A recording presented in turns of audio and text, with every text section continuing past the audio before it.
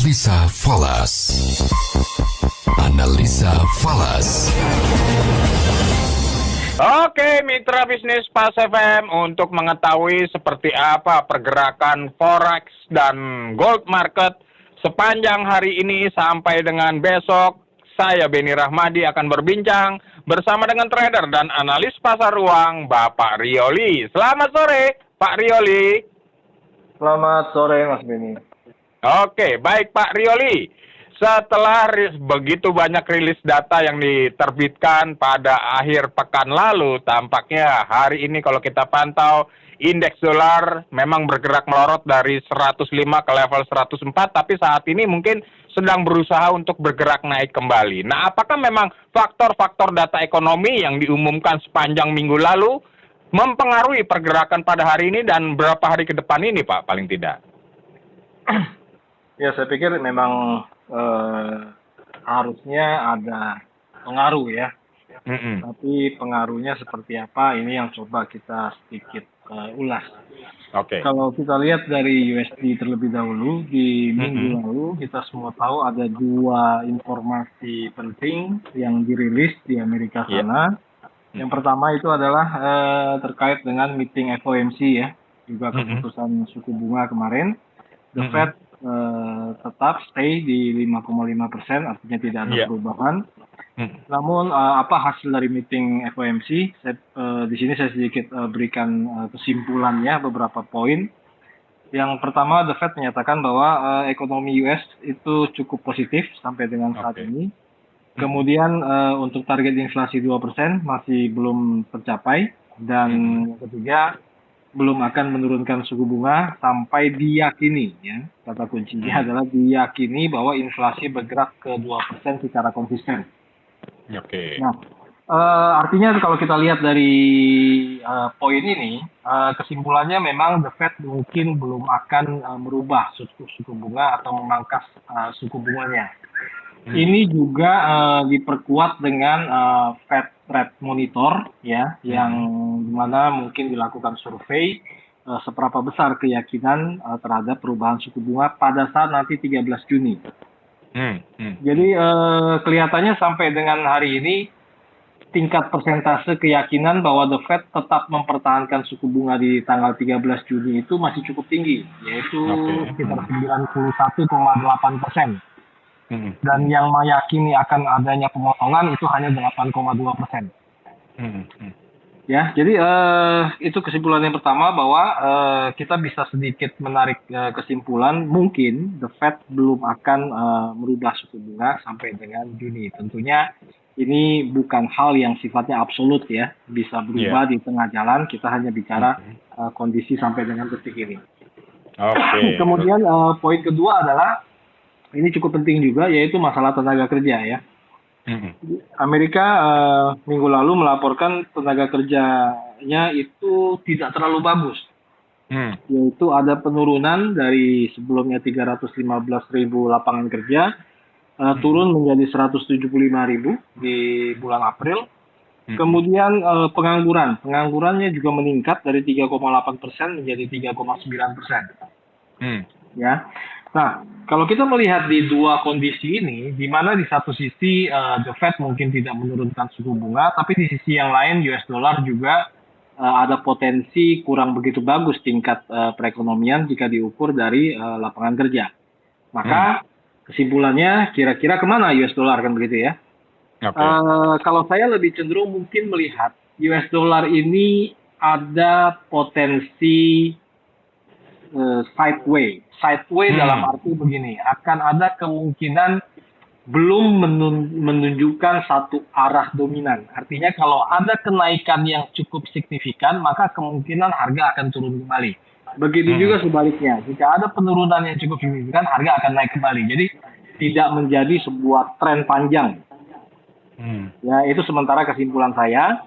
Nah, namun kalau ditanya, itu kan jadi dua arah ya. Jadi kemana? Saya lebih condong sebenarnya adalah potensi untuk menguat kembali.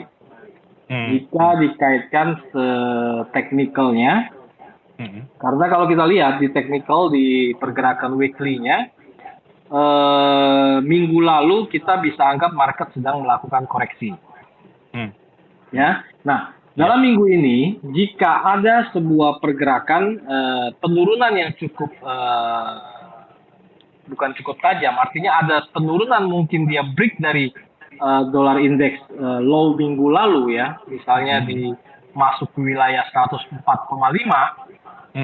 saya pikir ini bisa dijadikan momentum untuk melakukan buy USD kembali.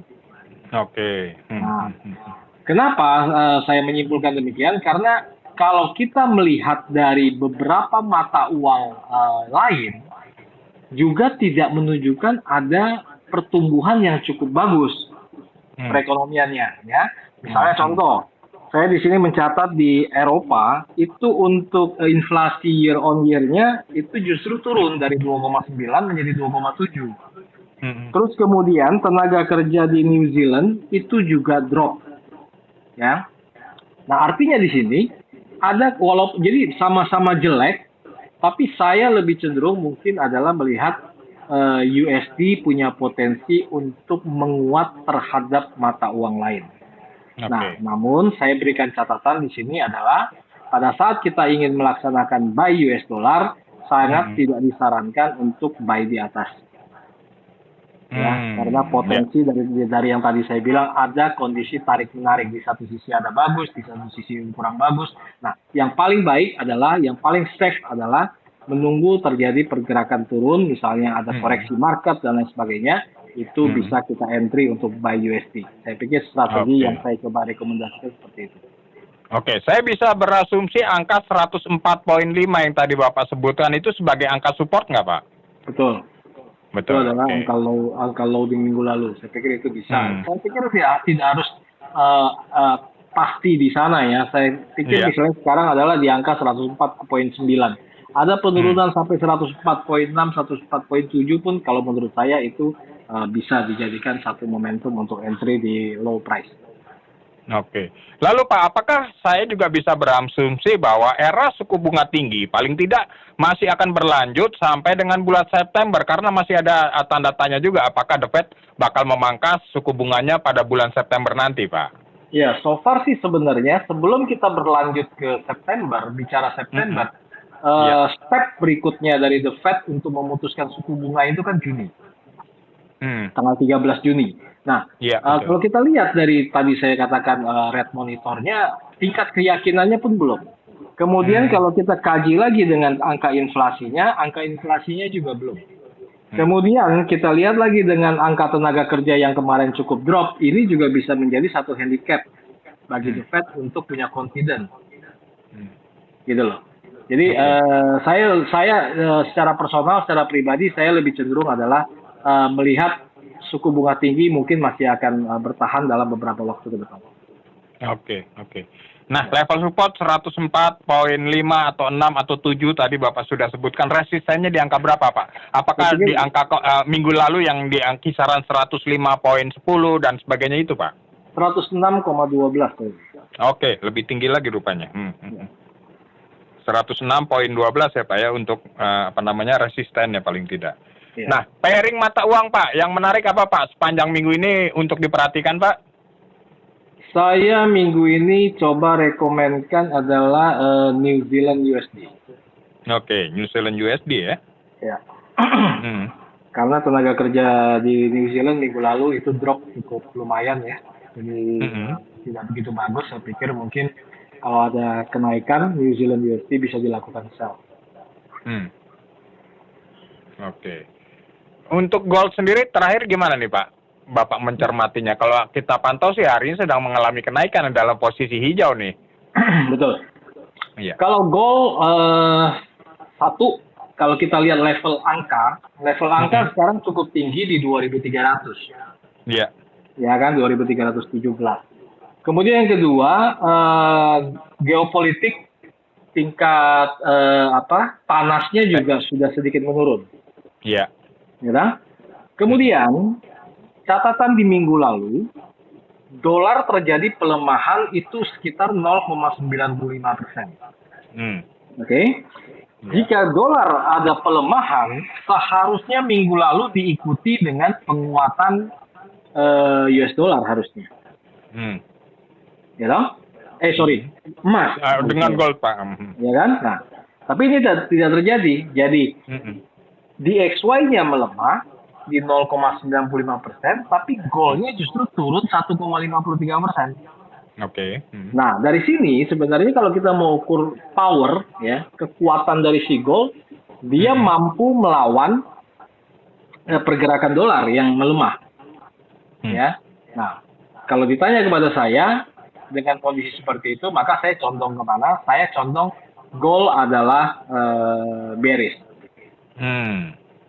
Gitu ya. Jadi ada potensi penurunan. Nah, namun kan hari ini kita lihat harga sedang ngarah ke atas. Walaupun setelah break high kemarin, dia terjadi penurunan sekarang ya, sedikit pullback. Nah, kalau menurut saya, untuk gold kali ini adalah melakukan sell jika terjadi break support di angka 2307. 2307 itu supportnya ya Pak ya? Ya. Oke. Berarti angkanya cukup dekat ya. Sekarang ini sudah di angka 2319.06 paling tidak. Ya. Jadi bisa kalau dia mengarah ke 2307, kita bisa ambil posisi sell untuk gold ya Pak. Okay. Ya, itu adalah area akumulasi hari ini ya. Jadi harga berakumulasi tadi pagi. Nah, kemudian dia lepas dari 2307 itu sebenarnya lebih plong. Artinya tidak ada tahanan harga-harga yang menumpuk di angka itu. Jadi mungkin dia akan ada potensi break support kemudian drop. Oke. Resistennya Pak, apakah angka 2320 paling tidak bisa menjadi resisten terdekatnya? Kalau menurut saya resistennya ada di 2326. Oh, oke, 2326. Ya. Level test kritikal yang perlu kita pantau paling tidak untuk harga emas. Seperti itu ya Pak? Ya. Oke.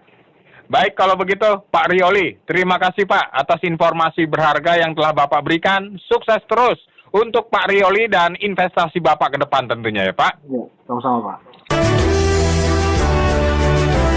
Mitra bisnis, segala bentuk investasi memiliki resiko. Untuk itu mitra bisnis, pahami resikonya sebelum berinvestasi. Jadilah investor yang bijak.